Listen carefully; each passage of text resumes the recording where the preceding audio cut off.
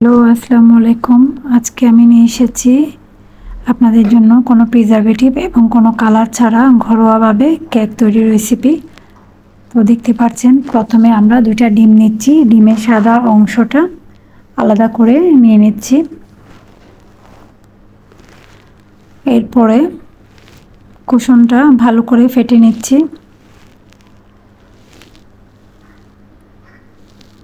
এখন all purpose flower আমি নিয়েছি, এখানে 2 মেজারমেন্ট কাপের 2 কাপের মতো। এরপরে বেকিং পাউডার দিচ্ছি আমি এখানে 2 চিমটির মতো। বেকিং সোডা সেম 2 চিমটি।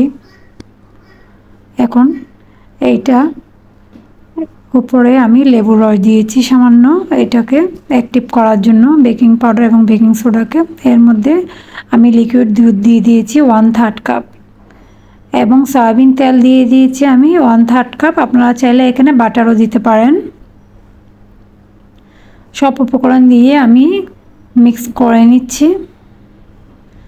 এখন আমি ফোম করে নিচ্ছি সাদা অংশটাকে এক বিটার দিয়ে। আপনারা চাইলে হ্যান্ডউইচ দিয়েও করতে পারেন। হ্যান্ডউইচ দিয়ে একটু সময় লাগবে, তো সেটার জন্য আমি এক বিটার দিয়ে করে নিচ্ছি। এভাবে যতক্ষণ না ওইটা বল থেকে পড়ে না যাবে কাত করলে, ততক্ষণ পর্যন্ত এটা করতে হবে। এখন আমি আইসিং সুগার দিয়ে দিচ্ছি, অল্প অল্প করে আইসিং সুগার দিচ্ছি, দিয়ে আবার বিট করছি। খুব ভালো করে বিট করতে হবে, একদম 20 মিনিট পাকা ঘড়ি ধরে 20 মিনিট বিট করতে হবে। তো আমাদের 20 মিনিট হয়ে গেছে অলমোস্ট, আমরা বিট করে ফেলেছি অলমোস্ট, দেখতেই পাচ্ছেন। এখন আমি কেকের মিক্সচারটা দিয়ে আবারও বিট করে নিচ্ছি হালকা করে,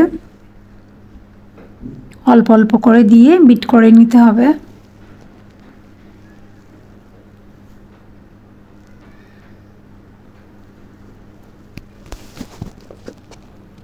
অল্প অল্প করে আমি কেকের মিশ্রণটা বিট করে নিচ্ছি সাদা অংশের সাথে, দেখতে পাচ্ছেন।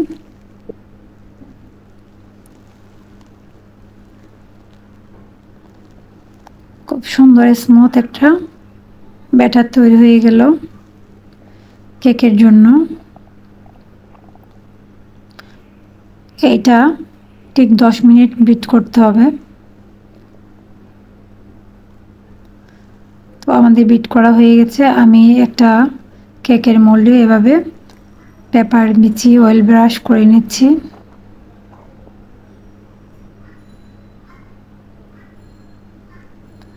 দেখতেই পাচ্ছেন।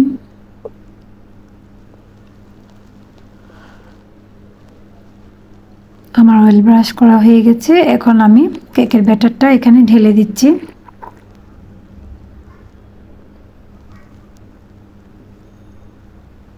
এখন 3টা এভাবে করে ঝাঁকার দিতে হবে। এরপর আমি গ্যাস ওভেনে কেকটা বসিয়ে দিব 48 মিনিটের জন্য। বরাবর 48 মিনিট লাগবে, এটা মিডিয়াম আছে। আর ওভেনে করলে 180 ডিগ্রি দিতে হবে। দেখতে পাচ্ছেন আমাদের 48 মিনিট হয়ে গেছে, আমাদের কেক রেডি।